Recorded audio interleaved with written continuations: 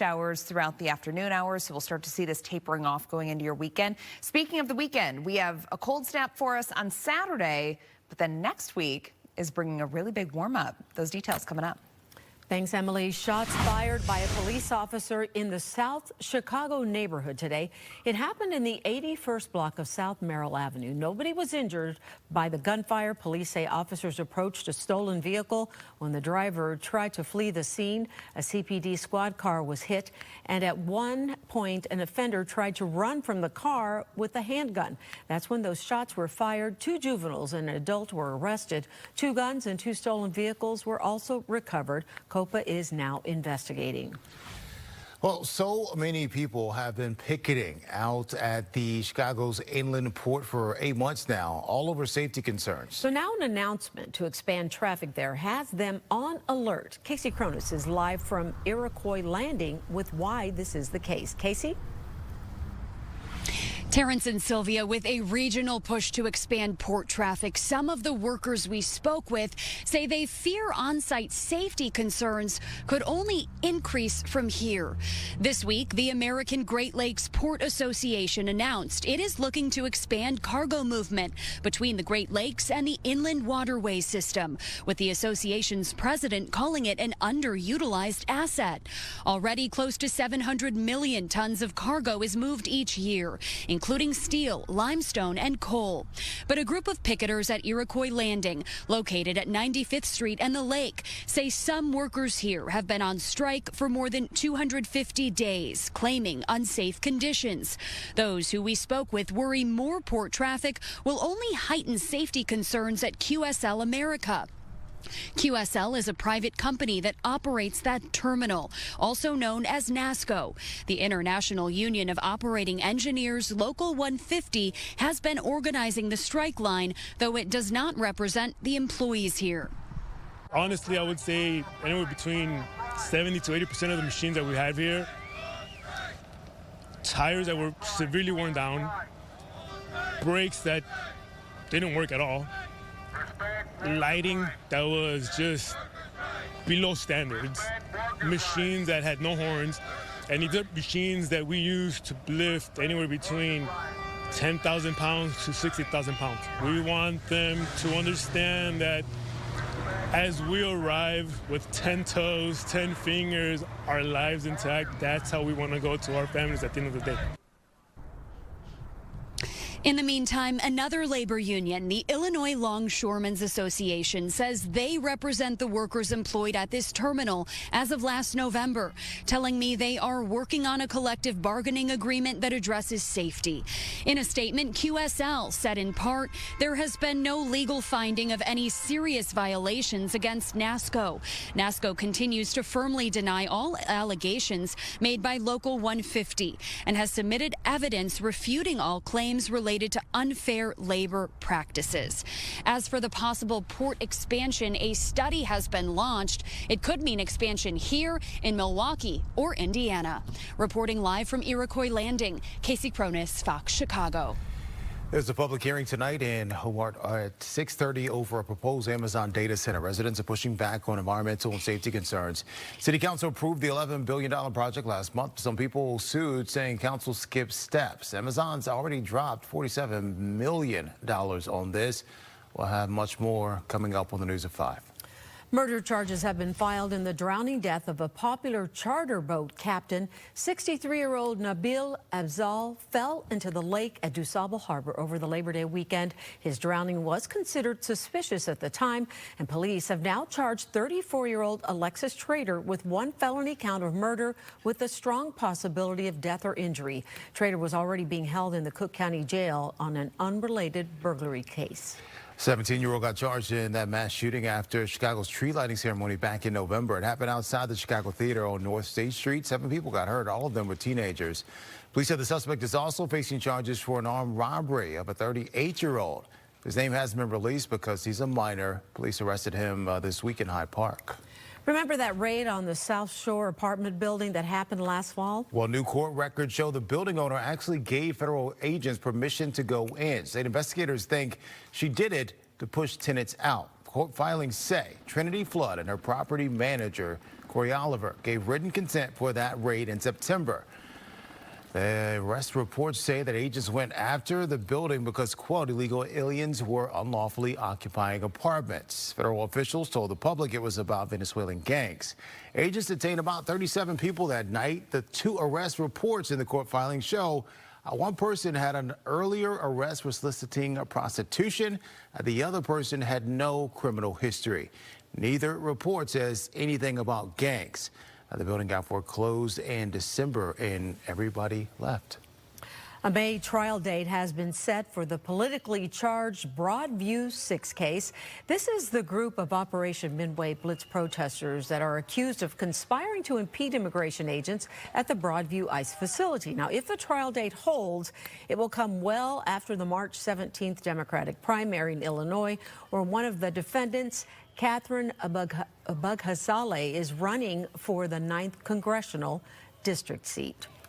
The Department of Homeland Security is now on track to shut down again next week as Democrats and Republicans are dragging their feet on the fighting over funding. The holdup is President Trump's handling of immigration, with ICE operations in Minneapolis at the center of it all. To reach a deal, Democrats have a long list of demands for ICE, including mandating body cameras for federal agents. But some Republicans say that's not the real issue. Shutting down the Department of Homeland Security is minor compared to losing our freedoms. The number one reform that we need are no more sanctuary cities, and if they did that, ICE would need to go do raids. The DHS shutdown would impact everything from ICE to TSA agents at the airport. The deadline is February 14th. Education Secretary Linda McMahon stopped by a local school today. She's on a nationwide tour. The History Rocks tour is organized by the Education Department. They're collaborating with Turning Point USA, some other organizations too. They're calling this a celebration of the nation's 250th birthday. The idea is to show off how schools are getting students interested in American history. We'll have more from McMahon and school leaders tonight at 5. For years, her voice was silenced. Now an R. Kelly survivor is ready to talk. And she's sitting down with Tia Ewing here in Chicago to discuss her new book. More questions and answers in the search for Savannah Guthrie's missing mother. We're going to have the latest from investigators. The Chicago Bulls just dealt themselves a new hand. A lot of new faces after today's trades. Cass Carlson joins us after the break to talk about who's in and who's out.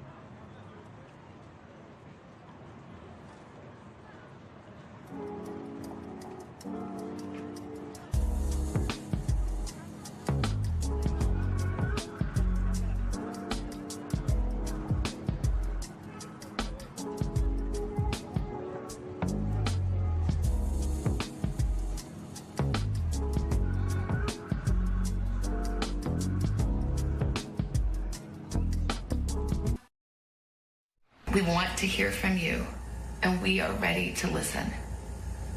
Please reach out to us.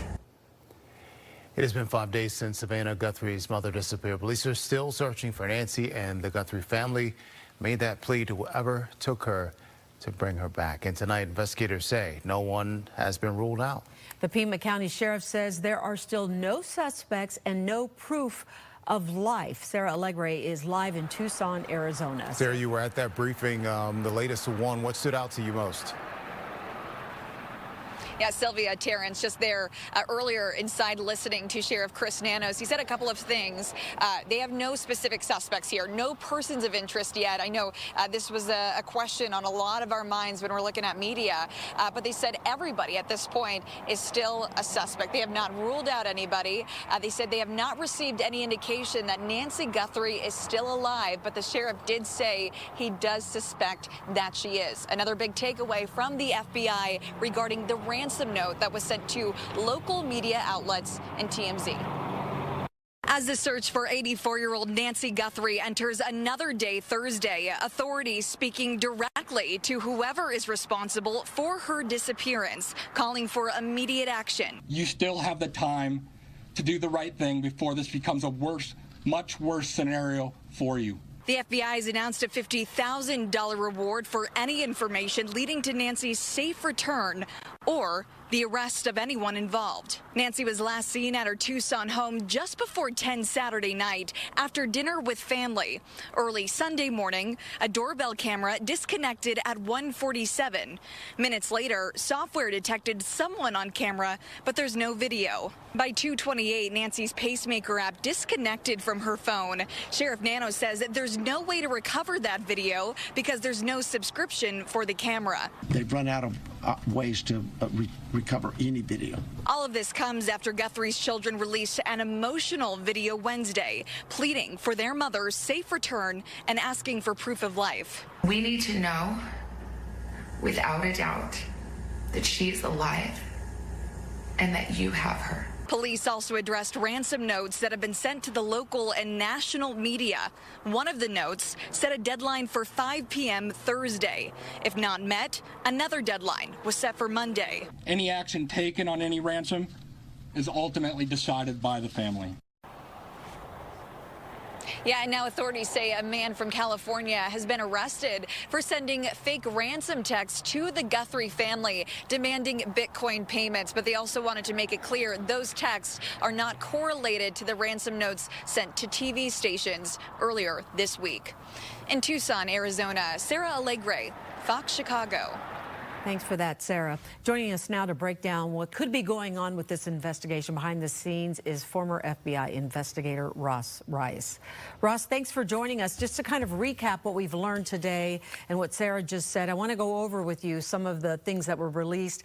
The first one is interesting. They say they believe Nancy is still out there. Not sure what that means. They go on to talk about DNA testing has linked the blood found on the front porch to Nancy Guthrie, and the sheriff's office gave a detailed timeline of the moment she came home from her daughter's house on Saturday night to when a camera was removed from the front porch, when her pacemaker app became disconnected from her phone. Tell us a little bit about how they're gathering all of this information, how it can lead to a suspect, and what does it mean when they say she's still out there? Well, when they say she's still out there, she obviously hasn't been recovered, hasn't been found, and I think their hope is that she's still alive and well, despite the numerous medical conditions that she has and the need for medication. How they recreated this timeline, they've done so through interviews with the family members who were the last people to see her. They dropped her off at her house, I believe, Saturday evening sometime. And then they've retrieved digital evidence from her Apple phone, any digital devices that were left in the house. Unfortunately, they didn't have apparently a Ring or a doorbell camera that would record comings and goings. Apparently, there was a holder for one on the front door, but the camera was missing. So I don't know what that means. But they're trying to piece together as much evidence as they can to determine where she is and who took her, if anyone. And as they try to piece together all this information, there's a lot of speculation out there. One point of interest here that this was a targeted attack, and then there's the ransom notes. What does this tell you about whom the suspect or suspects could likely be as far as a profile goes? And how does all of this speculation and rumor hinder the investigators' jobs? Well, I don't think speculation and rumor is going to hinder what the investigators are doing. They don't conduct their investigation through the media and with the public. Obviously, they want the public's help. They're soliciting the public's help by issuing a reward offer that's going to pique more people's interest in this case and possibly cause someone that knows what happened to come forward. But there's a lot of information that they've developed already, I'm sure, that hasn't been released, and for good reason. Yeah. And they're probably, you know, moving in a direction they haven't shared with us as well. But we're looking at this video. Last night, Savannah Guthrie and her siblings released this, you know, video telling the suspects that they are ready to talk and they want to hear from them. So is that something that might have been encouraged by law enforcement? I asked because during the news conference, the FBI agent said they're not involved in any ransom negotiations, and that's up to the family. So what's happening here? Is this at the direction of law enforcement?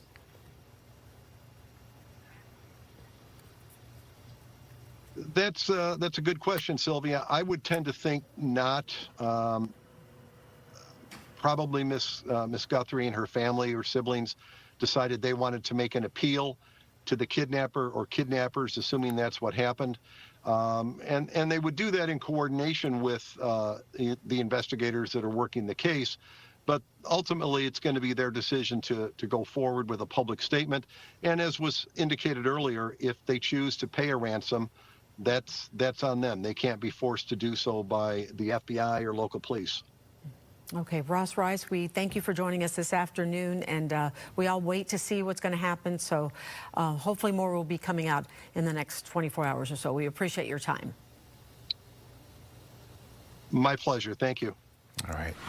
The Bulls just remade their roster. Lots of moves before the trade deadline hit about 2 hours ago. So Cassie's joining us now with the latest. It was a busy day, wasn't it? Very busy, and we just heard from Arturas Karnisovas, who said he's tired of being in the middle. That's good news for Bulls fans. They completed a full send-off. They had 7 players on expiring contracts at the end of the year. They made 5 of them. They traded 5 of them, and they released 1. And now they've got a young group and an abundance of draft picks. 7 total trades made, including sending guard Ayo Dosunmu and Julian Phillips to the Minnesota Timberwolves for guard Rob Dillingham, small forward Leonard Williams, and 4 second-round picks. Now, Dosunmu is having a career year, averaging 15 points per game, and he's a top 10 three-point shooter, shooting 45% from deep. The Illini-turned-Bull will play outside his home state for the first time in his career. So here are the other Bulls traded along with Dosunmu. Kobe White sent to Charlotte, Nikola Vucevic sent to the Celtics, and Kevin Huerter to the Pistons. The Bulls acquire guard Jaden Ivey, Anthony Simons, Gershon Yabusele, Colin Sexton, Rob Dillingham, Leonard Miller, and Nick Richards, along with 9 second-round picks for 14 second-round picks total. Now, Bulls Executive VP of Basketball Operations, Arturas Karnisovas, spoke with the media moments ago. I think it's being in the middle is what we don't want to do. I think we've seen that for the past 4 years, and we want to change that. And at the stage that we're in right now, I think we have to take a look at different combinations of players. And I'm definitely worried about, so many, new players on the team and how little time we have, for cohesion and get to know each other and all this stuff. But I trust Billy and his staff. They're going to do their best, for the next couple of months to work with this group. We'll hear more from Arturas Karnisovas on the direction of the Bulls post-deadline coming up at 5. All right, thanks so much, guys. Let's take a live look outside. Are the people enjoying the bean? Is that a... Oh, that's a sign. I thought that was a dog. Take it away, Emily, before I make another weird observation. Well, you know, today's been a fairly quiet day. We've had on and off snow showers, but little to no accumulation out there. Although tonight and into our day tomorrow, especially during your Friday morning commute, we could be dealing with some accumulating snowfall. So let's dive into the forecast here. Temperatures right now sitting in the 20s and low 30s. Typically for this time of the year, your average high is right around 33. So a lot of us are pretty close to that. Futurecast taking us throughout the rest of this evening and tonight. Notice by about 9 p.m. or so, temperatures, they're going to be holding rather steady. Upper 20s to near 30 degrees by this point. And then late tonight into the early morning hours of tomorrow, I think roughly between 2 a.m. and about 7 a.m., we could be seeing some of our heavier snow rates. So up to an inch per hour going to be possible. But this is a really fast moving system. So for a lot of us, we're really only looking at maybe an inch up to 2 being possible when this thing is all said and done. I think the most likely scenario, if we were to see any of those 2-inch totals, it's going to be closer to the lakefront, rounding the lake into portions of northwest Indiana. But most of us are looking at an inch or less of accumulation. Regardless, it's going to be enough to make things slick out there for your Friday morning commute. So set the alarms early. You're going to need a few extra minutes to get to where you're going. And then throughout the afternoon, things look fine, but we're still going to have at least a couple spotty snow showers around. And then maybe even mixing in with a little bit of sleet at times. For tonight, we'll have that snow moving in late. We'll have temperatures dropping down to the upper 20s. 5-day forecast, 37 degrees tomorrow, so warmer than the freezing mark. So we are going to see some melting. That's certainly going to help out with those road conditions. We're in the 20s on Saturday. Then on Sunday, we are in the 30s, 40s on tap by Monday and Tuesday. Back to you. All right, thanks, Emily. Still to come, Chicago's budget issues may not be over. Yeah, the math ain't math, and according to a new study, Paris Schutz is going to break it all down for us. And a program that offers free medication is now expanding in Cook County. A McDonald's here in town asked customers to round up their bill for charity. They just announced how much they raise, and it's a lot. Listen, you're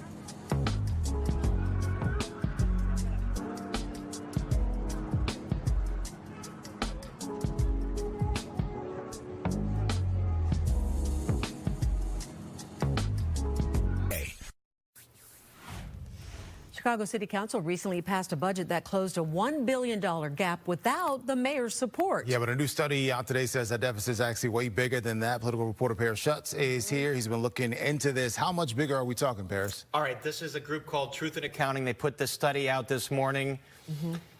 $41 billion, that's what they're saying. Let's say what? That's 41 times what the city says the deficit is. Now, let me explain this, okay? So what they're saying is they're factoring in a number of things. The pension debt, which we know to be in the billions, borrowing that the city's done, and then they're factoring in other agencies like Chicago Public Schools. So technically, CPS is a separate body of government. It has its own financial struggles. But Truth in Accounting combined all those things together, came up with the $41 billion number. And they say that this number gives Chicagoans a more honest accounting of what every taxpayer is facing. We think the voters are actually not getting what they really are able to pay for. And our report shows that, because the $41.1 billion is our methodology of showing you all of the liabilities that Chicago has. That's quite a number, and it breaks down to $43,000 of debt per taxpayer here in the city of Chicago. They give Chicago a letter grade for how it's managed its finances. You can guess what that letter grade is. It's not the worst in the country. They give New York even a worse rating than Chicago. And Terrence, you said the math ain't math, and that's what the mayor says. The mayor says this budget that he did not sign. He just let it go, and now it is enacted. He says it's not in balance. He started laying off some workers, and he says they're going to have to come back and figure something out mid-year. Okay, so let's switch gears a little bit. You were also watching something that was going on in Washington, D.C. Yes, yeah. This was quite a scene in Washington, D.C. So it's the National Prayer Breakfast, the 74th annual prayer breakfast on Capitol Hill. Bipartisan group of folks coming together to pray, to talk about faith and religion. And President Trump gave the keynote. And Congressman Jonathan Jackson also gave a prayer. President Trump used his time to go over a familiar list of grievances. He ripped Republican Congressman Thomas Massie, who forced the reveal of the Epstein files. He called him a, quote, moron. He talked about stolen election conspiracy theories. But then it was Jackson's turn to speak. And take a look how Jackson used his time. We pray that he would be mindful of the poor, and that he would be invested in the alleviation of suffering happening on farms in the Midwest, in the families preparing to bury their loved ones in Minneapolis. Remind him that we are all Americans, all made in the image of God, and that none of us are free unless all of us have our freedoms protected. So Congressman Jackson, with the president standing inches behind him, subtly offering some criticisms, but it didn't seem to faze Trump. At the end, they shook hands. They had a very cordial exchange. If you read the president's lips, he said, very nice job, good job. So a very interesting moment for Congressman Jackson this morning. Almost like he wasn't connecting the dots of the spiritual shade. You wonder if he was fully paying attention to some of that quote-unquote spiritual shade. I was wondering. Yeah. All right. Thank you, Paris. You got it.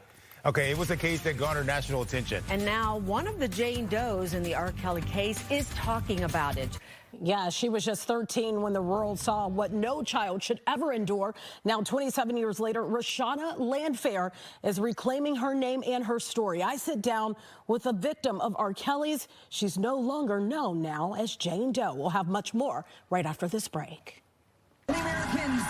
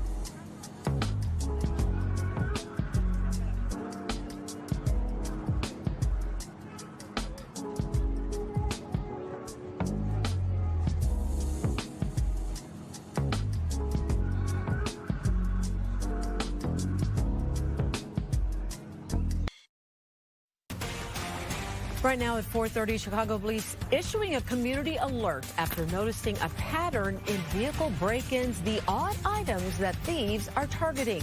Plus, expanding medication access. The president is getting ready to start a new discount website, and a local hospital system is expanding its free prescription program, too.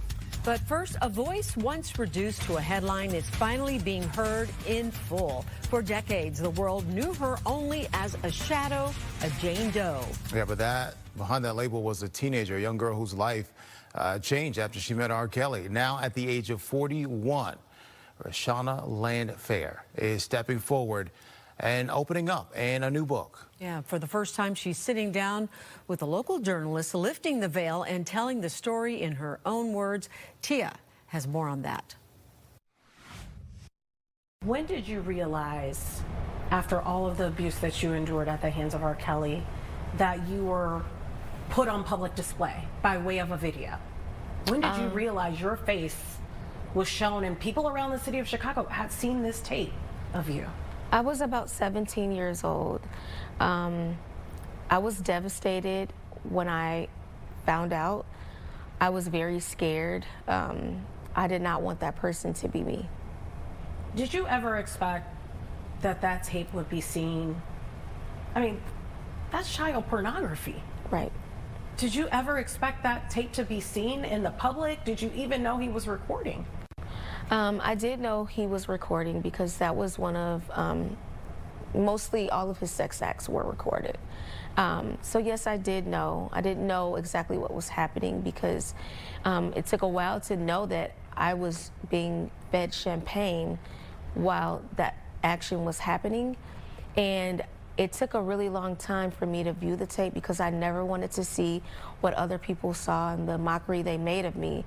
So when I finally did, I didn't even know that I was drinking at age 14 when those things were happening. What made you come out now? There never would have been a good time. But as an adult woman, as a mother, it was very important to me to not live in shame or hurt and just turn my pain into purpose. Why are you getting emotional? What are you feeling?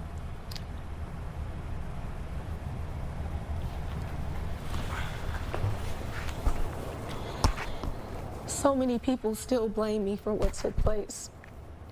If you look at my 14-year-old picture, think about your daughter, your friend, your goddaughter, your niece, and put yourself in that person's shoes and understand that that's a lot of weight to carry at such a young age. But I'm here today, I'm alive and present. When you say people blame you, they're blaming you in 2026? I'm still getting death threats. I'm still being harassed. I'm still the R. Kelly girl who got urinated on. You know, there's no mercy in that, but I'm not trying to convince those people of otherwise. I'm just here to do the healing for people who have gone through similar situations as me. It took a lot of forgiveness of myself, the people around me, and just really confronting who I really was. Once I knew how to take the blame back for myself and understand I was 14 and this person was 18 years older than me, I no longer blamed myself. You know, when you become a mom and a parent, you see things differently, and there's no way that that should have happened to me. It shouldn't have happened. In your book, Sparkle's name is mentioned maybe over 100 times. What do you make of what she's come out and said as a result of your interview and your book coming out? I just wanted to be clear that I don't look at my Aunt Sparkle as grooming me for Robert. That is not my interpretation of what happened. She did advise me on certain things, but Robert groomed me, not her. And also, it's very complex, her role in the entire situation. Everybody was focused on what they wanted and what they needed out of the situation. And I do appreciate the fact that she did reach out to authorities and she was on my behalf, but it's just a lot more complex than what was explained. Understood. What is your family dynamic now with everything that's happened in your family? Because you do outline some of the things that have happened in your family. What is that dynamic like for you? It's pretty segregated. You know, a lot of my family members are reaching out to me, saying how proud they are of me, how much they love me. We do have strong relationships, and they have apologized. And I've also had to apologize to them because it works both ways. Like, I was not perfect in the situation either. So we're all a work in progress, and I'm praying that this book brings complete healing to my family. Roshana Landfair was introduced to R. Kelly by her aunt Sparkle at 13. Landfair was in a singing group. Her aunt was a singer on R. Kelly's label as well. She released a statement saying she reported R. Kelly's abuse to DCFS. Lawyers for R. Kelly, they also released a statement saying they haven't received an advance copy of the book. It is titled Who's Watching Shorty? Reclaiming Myself from the Shame of R. Kelly's Abuse, and it is available everywhere you can buy books. But a very candid and emotional conversation that we had there, Terrence. And you spent a good portion of the afternoon with her as well. Anything else that stuck out to you that we may not have seen there? One thing that really stuck out to me was that she has a 14-year-old son, and this was part of her healing journey. Her son has no idea about that tape that was circulated, you know, nationwide. People were watching a child. So we're talking about child pornography here. And her son had no idea and has no idea about this. She wrote the book because she said when she does finally sit down with her son, this will be a full explanation. He'll be able to read the book and understand why his mom is so, you know, protective of him and why, you know, she's done some of the things that she's done in her life. And she also has a nonprofit as well. And for much more on that, you can go to her website, fox32chicago.com. But she's reclaiming her life and helping others to do the same. Yeah, so reading that book's probably going to give that 14-year-old a lot of aha moments. Yeah, for sure. Understanding his mom a lot better. Very cathartic for her to be able to do that. Absolutely. To be able to tell her story like that so openly for the first time. And I started reading it, and I honestly couldn't put it down. I got an advance copy, and I think it's something, to be quite frank with you, that I would not be surprised if we don't see it in movie form soon. Yeah. Wow. Okay. Thanks, Tia. Thank you. A news alert for you from Chicago police. Thieves are apparently targeting vehicle airbags. CPD says at least 20 cars parked in Jefferson Park, Uptown, and Bucktown have been broken into over the past 6 weeks. The break-ins began in late December, and police say the majority of vehicles targeted are late model Hondas. The flu is back after 3 weeks going down. Cases just jumped 18% nationwide. 41 states are dealing with what's known as high or moderate activity. That's actually down from 49 back in December. And this season, we're looking at more than 18 million cases so far. Take care of your health out there, y'all. Vitamin C. Look at that. Let's take a live look outside as we see the overcast skies continuing. And even though it's overcast, it's still light out there, which makes me happy. Considering it's 4:38, we're getting that extra daylight, aren't we, Emily? We sure are. Yes. Every single day, we're adding about 2.5 minutes. And I don't know if you can tell from the shot here, but do you see how that area of ice is kind of moving away from the shoreline? Yeah. That's what that is. Yeah, that's because of the southwesterly winds is actually pushing it away. So kind of neat there. Yeah. All right, let's take a look at the radar. We've had some very light snow coming through today, on and off throughout your Thursday. We're going to get a break for the next couple of hours, but then after about 2, 3 o'clock in the morning, we have another shot of snow moving through. We could be seeing like some moderately to heavy snow bursts going into tomorrow morning. So during your Friday morning commute from 3 to 7 a.m., we could be dealing with snow rates as high as about 1 inch per hour. So that's what we're watching for. But in total, many areas only picking up around 1 inch or less. And then through the day tomorrow, just a couple spotty snow showers are expected. Your 3-day forecast, Saturday, dry skies, 23 degrees though. So that's the cold spot over the next week. And then we're going to start another warming trend by Sunday. Back to you. All right. Thanks, Emily. Coming up after the break, healthcare affordability. Yeah, we're going to break down 2 programs that are aiming to expand access to certain medication. And a local business owner is being celebrated for raising a record amount of donations for the Ronald McDonald House.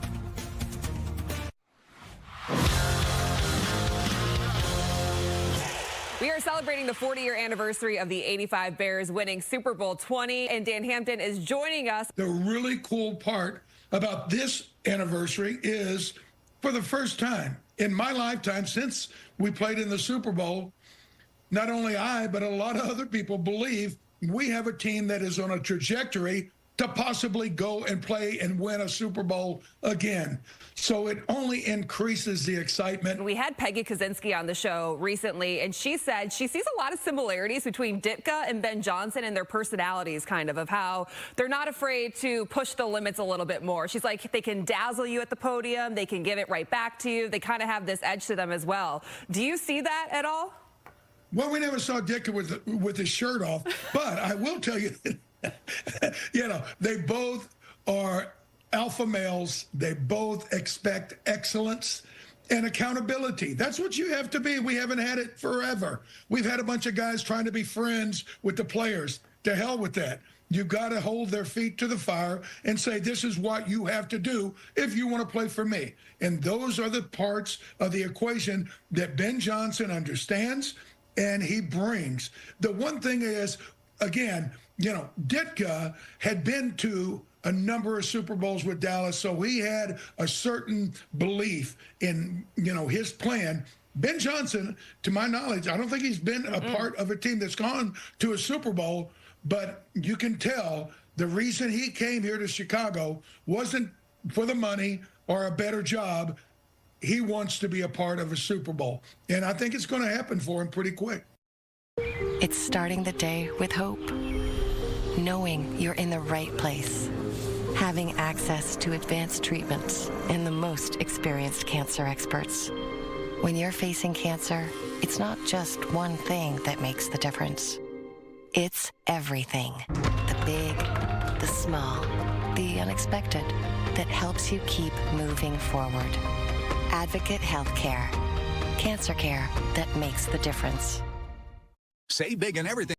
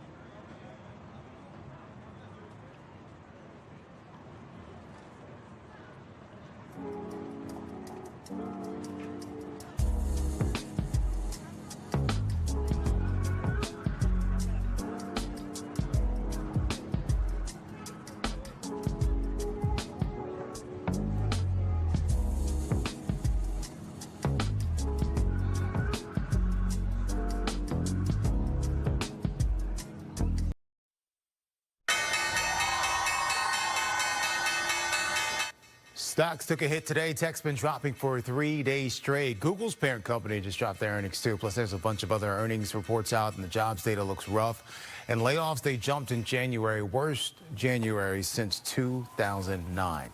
So President Trump's launching a new site today at 6 o'clock our time. It's called Trump RX. Basically, you go on there, you buy a prescription straight from the drug companies, you pay out of pocket. You still need a prescription from your doctor, but here's the thing. It's not clear how insurance works with this. And some researchers are saying people might actually end up paying more this way. Why? Because they say most of these drugs are already covered by insurance. So you can just get the generic version for cheap.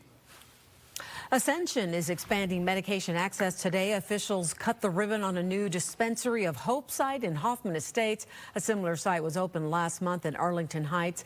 The Dispensary of Hope program offers free medications to uninsured patients. So to qualify, you must complete an application process. You have to meet salary requirements and have a prescription from your doctor. However, you do not need to be an Ascension patient to apply or be eligible.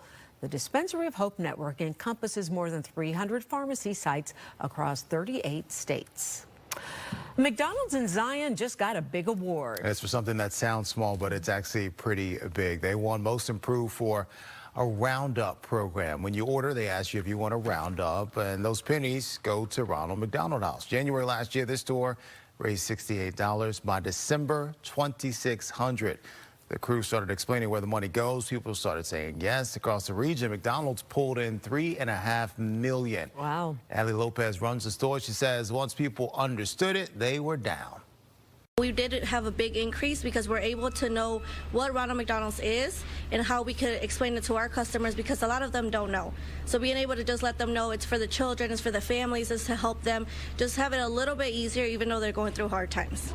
The last 5 years, 41 families from Zion stayed at the Ronald McDonald houses, over 1,000 nights. The owner behind this store saw his whole operation go from $10,000 in 2023 to $50,000 in 2024.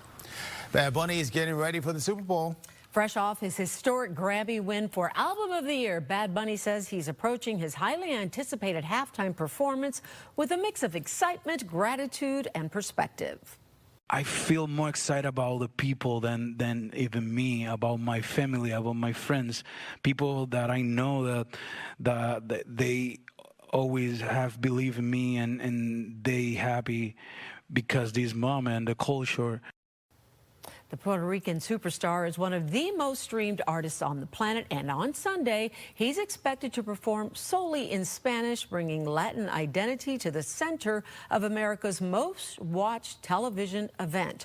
During his news conference today, he joked that fans didn't need to learn Spanish to enjoy his set, but they should be prepared to dance. But if you do want to learn a little Espanol, Duolingo. It's got your back. That app helps you learn languages, right? They started a Bad Bunny 101 campaign. That way you can pick up just enough Spanish to keep up with his lyrics. The chief marketing officer says events like this show how learning new languages isn't just practical, it is also pop culture. I love that. I saw that on some social media and I thought, what a clever idea, right? Music is a great way to learn a language. One of my Spanish teachers in high school used Shakira a lot to help us learn. Is that why your Spanish is so perfect? Ojos así. And then I know bitty bitty bamba. And you roll R's like that. He rolls R's better than I can. We'll be right back, y'all. We'll have another check on your forecast. And then also, we're going to take a look at your trip home. Here's El Mapo. El Mapo. A lot of red. Rojo. Right? I'm getting better, yes. Okay, cool. I still can't roll my R's. No, they're not. I'm an embarrassment to my people. Wow. We'll Well, you said it. You said it, not me.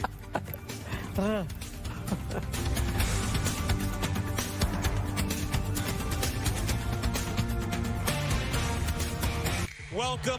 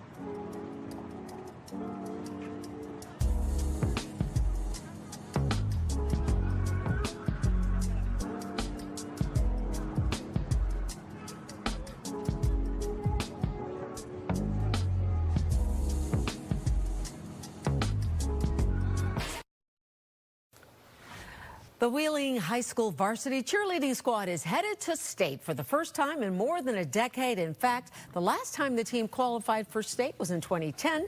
Filled with spirit and some high energy, the squad loaded onto buses this morning, bound for Bloomington.